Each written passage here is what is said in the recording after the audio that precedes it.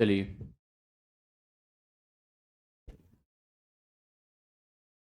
के समय सबसे बड़ी घटना महात्मा बुद्ध की मृत्यु हुई थी।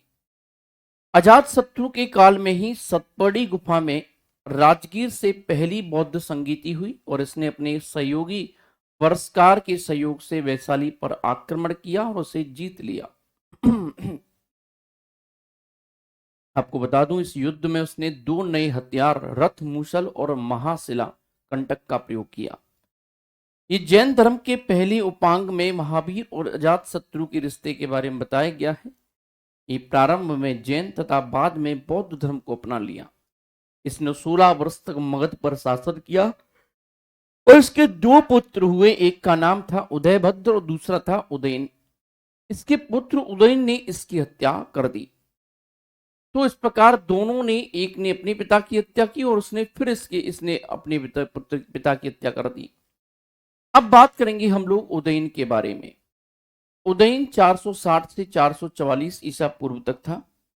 उदयन उदयन 460 से 444 ईसा पूर्व, इस पर चर्चा हम लोग साथियों करेंगे। इसने अपनी राजधानी कुसुमपुर यानी कि पुरुषपुर को बनाया था।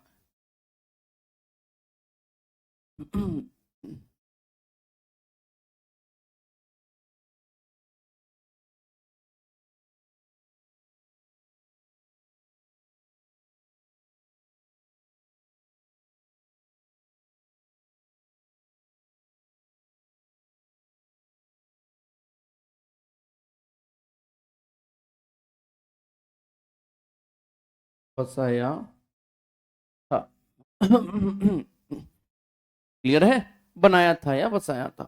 और यही कुसुमपुर पुरुषपुर आगे चलकर के पाटलिपुत्र कहलाया। आगे चलकर यह पाटलिपुत्र कहलाया।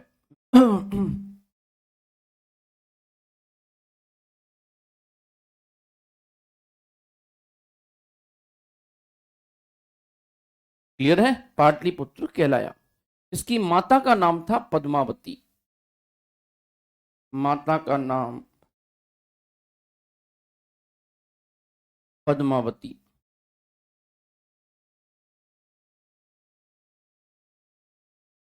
क्लियर है?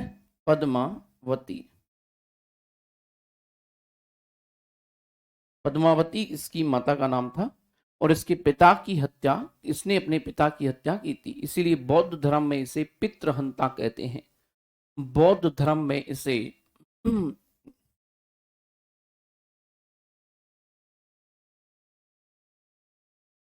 इसे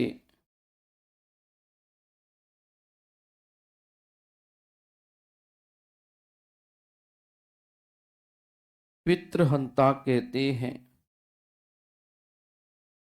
क्या कहते हैं बच्चे? बौद्ध धर्म में इसे पितृहंता कहते हैं। ये बात ध्यान रखिएगा। इसका अन्य नाम उदाई या उदयभद्र था। ये बात ध्यान रखिएगा। क्या नाम था? उदाई या उदयभद्र। और ये चंपा का उपराजा था। चंपा उस समय आपको बता दूं, एक 16 महाजनपद में से एक थी। पुराणों एवं जैन ग्रंथों के अनुसार उदयन ने गंगा एवं सोन के संगम के समीप एक शहर की स्थापना की। इसका नाम पाटलिपुत्र था और इसने अपने पुत्र को पाटलिपुत्र, ध्यान से सुनेगा, बहुत ध्यान से सुनेगा, इसके पुत्र ने पाटलिपुत्र को पटना रख दिया, यानी कि पाटलिपुत्र का नाम पटना रख दिया। इसने अपनी राजधानी में जैन चैत्य का निर्माण करवाया था। इसकी हत्या किसी अनजान व्यक्ति द्वारा चाकू से गोद कर दी गई थी। उदयन का पुत्र नागदशक एक अयोग्य शासक था। इसकी हत्या इसी के सेनापति शिशुनाग ने कर दी थी और एक नया वंश शिशुनाग वंश की स्थापना की। महाभारत में ये जानकारी मिलती है कि मगध पर सबसे पहले बृहद्रथ वंश का शासन था, जिसके संस्थापक बृहद्रथ थे। ध्यान रखिएगा।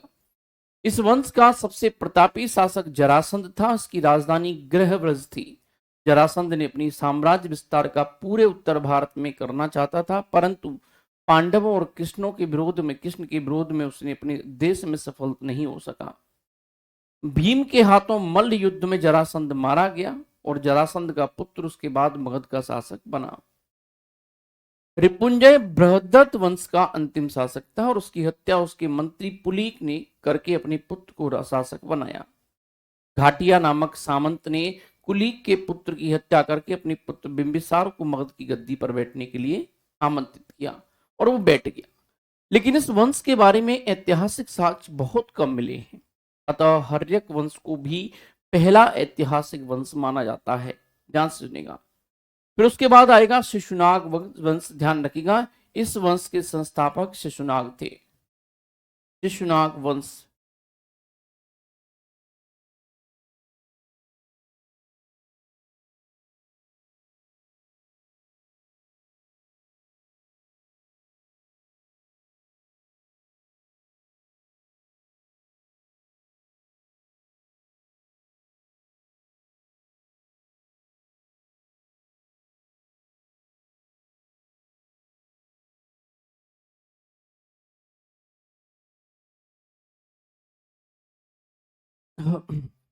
शिशुनाग थे। इन्होंने अवंती और वत्सराज पर अधिकार करके उसे मगध साम्राज्य में मिलाया और इन्होंने अपनी राजधानी पाटली ग्राम से हटा करके वैशाली को बनाया। राजधानी वैशाली।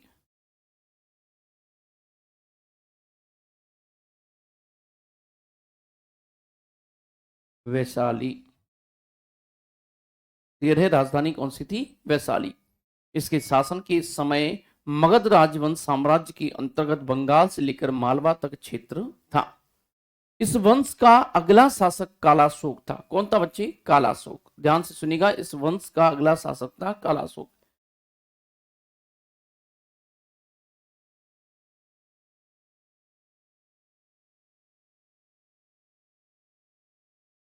कालाशोक था।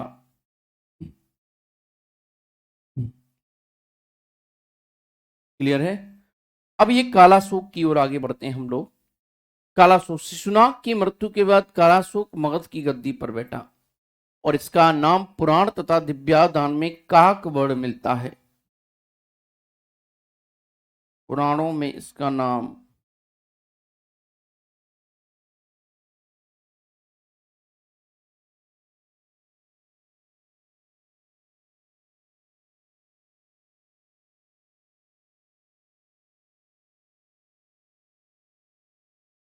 काकवड़ मिलता है।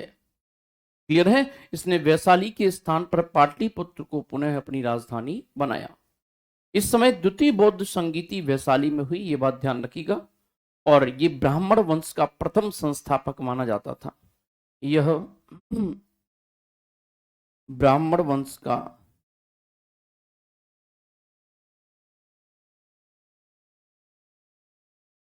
प्रथम संस्थापक माना जाता था।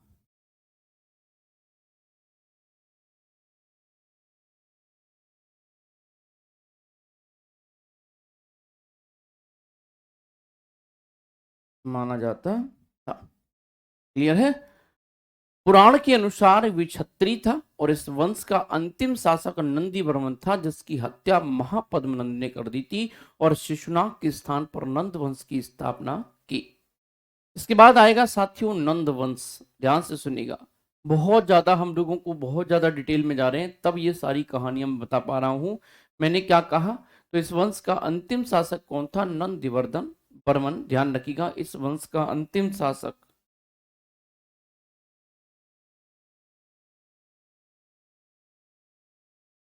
अंतिम शासक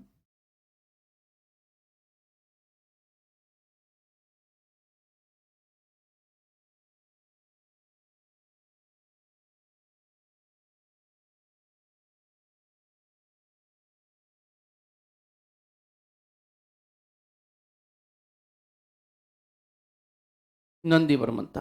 क्लियर था। और इसकी हत्या महापद्मनंद ने की थी।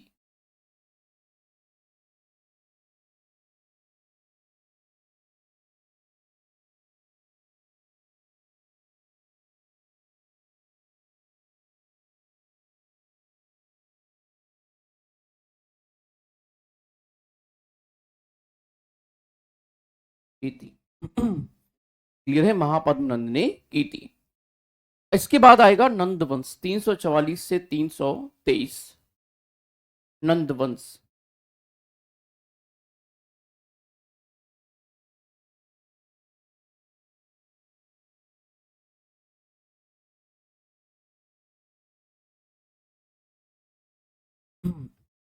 344 से 323 वर्ष। एक से चलेगा। इस वंश का सर्वाधिक महाशक्तिशाली शासक था महापद्मनंद।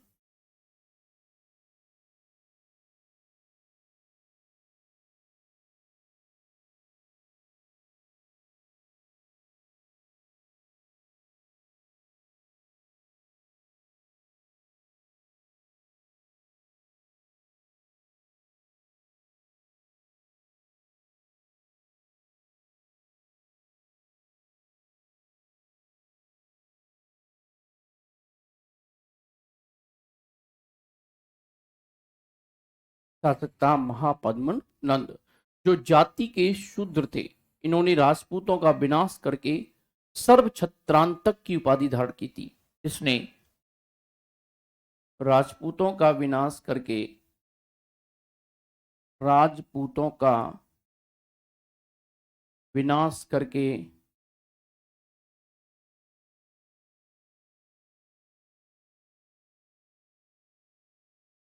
करके सर्व छत्रांतक की उपाधि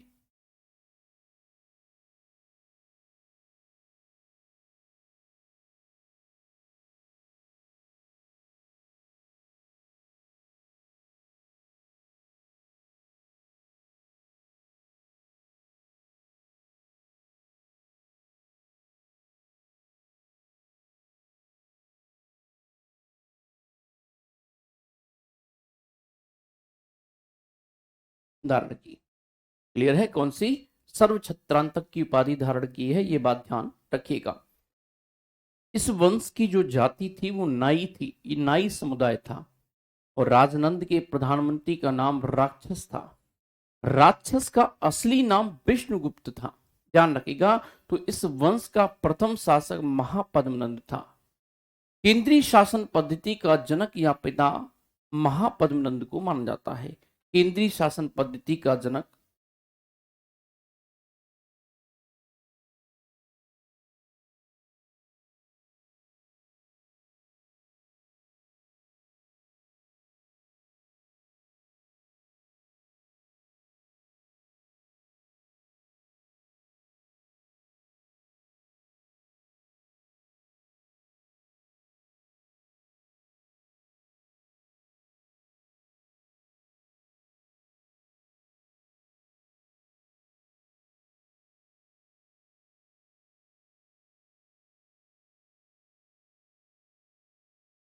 महापद्मनंद को माना जाता है। क्लियर है? जनक महापद्मनंद को माना जाता है।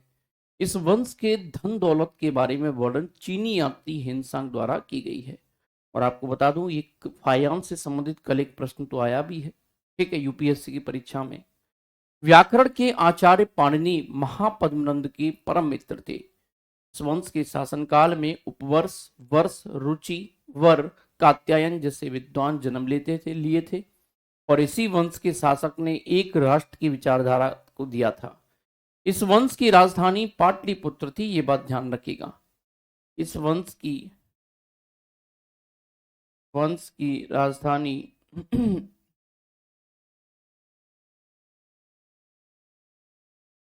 पाटलिपुत्र थी। आज मैं आप लोगों को पढ़ा पा रहा हूँ, लेकिन मेरा आज फीवर आ रहा है, बच्चे बहुत तेज है ना, मेरी स्थिति में नहीं है ऐसा पढ़ा पाना आज आप लोगों के लिए, लेकिन मैं पढ़ा रहा हूँ। तो मैंने क्या कहा? इस वंश की राजधानी पाटलिपुत्र थी। इस वंश का द्वितीय शासक पंडुक था। इस वंश का द्वितीय शासक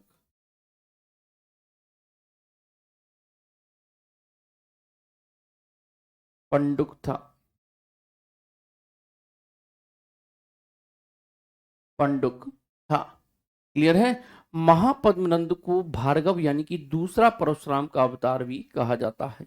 ठीक है, महापद्मनंद को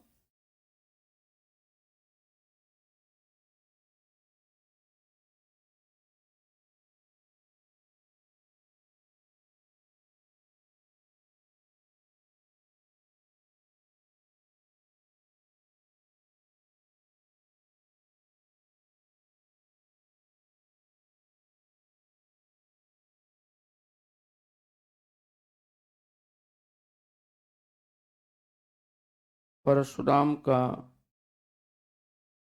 दूसरा अवतार भी कहा जाता है।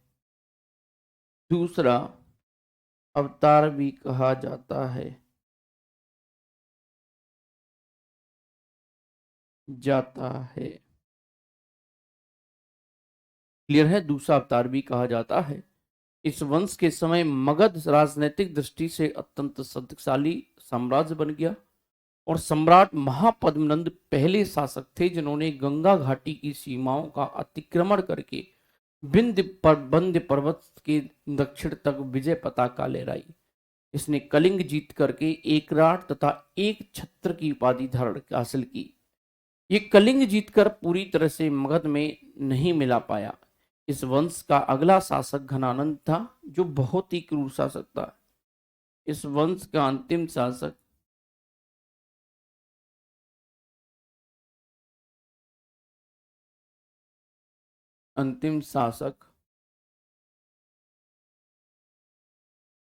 घनानंद था। घनानंद था। प्यारे साथियों, ये बहुत ही क्रूर शासक था। इसने कलिंग में नहर निर्माण का कार्य किया। इस वंश का सबसे लालची एवं धन संग्रही शासक में घनानंद को गिना जाता था। जब सिकंदर भारत पर आक्रमण किया उस समय नंद वंश का अंतिम शासक घनानंद था। मोस्ट इंपोर्टेंट क्वेश्चन है। जब सिकंदर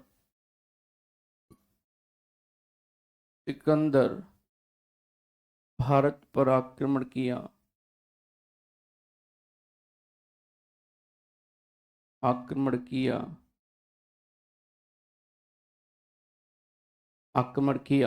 उस समय नंद वंश का अंतिम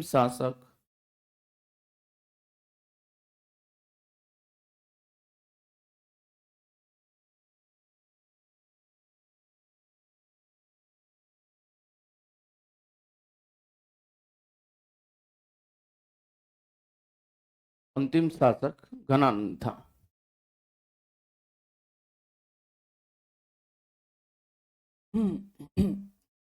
घनानंद था। विश्व विजेता ने कि सिकंदर ने भारत पर आक्रमण के समय सम्राट घनानंद की विशालतम सेना देख करके हौसला पस्त हो गया। इतनी विशालतम शक्ति के सामने सिकंदर जैसे महान विश्व विजेता भी नतमस्तक होकर के वापस लौटने में ही अपनी भलाई समझी। सिकंदर के भारत से जाने के बाद मगध राज साम्राज्य में अव्यवस्था और अशांति फैल गई। प्रजा घनानंद के अत्याचार से ग्रस्त थी। पूरे राज्य में जो है स्थिति बहुत दयनीय हो गई थी। इसने अपने दरबार से चाणक्य को अपमान करके निकाला, कुरूप कह करके निकाला था। ध्यान सुनिएगा, चाणक्य इसी के दरबार में रहते थे और इसी के दरबार में इनको बहुत लज्जित करके भेजा गया चाणक्य को। ध्यान रखिएगा।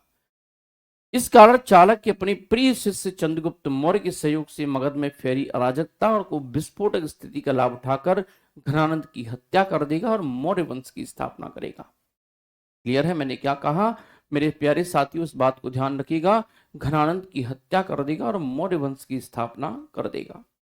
क्लियर है? आज इतना ही रखते हैं। तभी ठीक नहीं है बच्चे, साथ नहीं दे रहा है शरीर आज मेरा, है ना। माफी चाहता हूं बेटा, ठीक है। Please, I am sorry, really sorry. आज फीवर है तो मेरा बिल्कुल साथ नहीं दे रहा है शरीर, ठीक है। कल कर लेंगे बाकी की चीज़ों को, ठीक। आप लोगों की क्लास लग चुकी थी, मैं आप लोगों का नुकसान नहीं करना चाहता था, इसी वजह से मैंने क्लास ले ली आप लोगों की, ठीक है।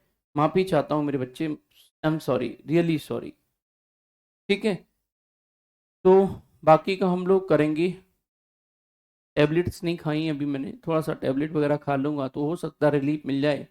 रात की क्लास जो स्टैटिक जीके की होगी वो मैं ले लूँगा फिर, ठीक है। चलेगा, थैंक यू सो मच।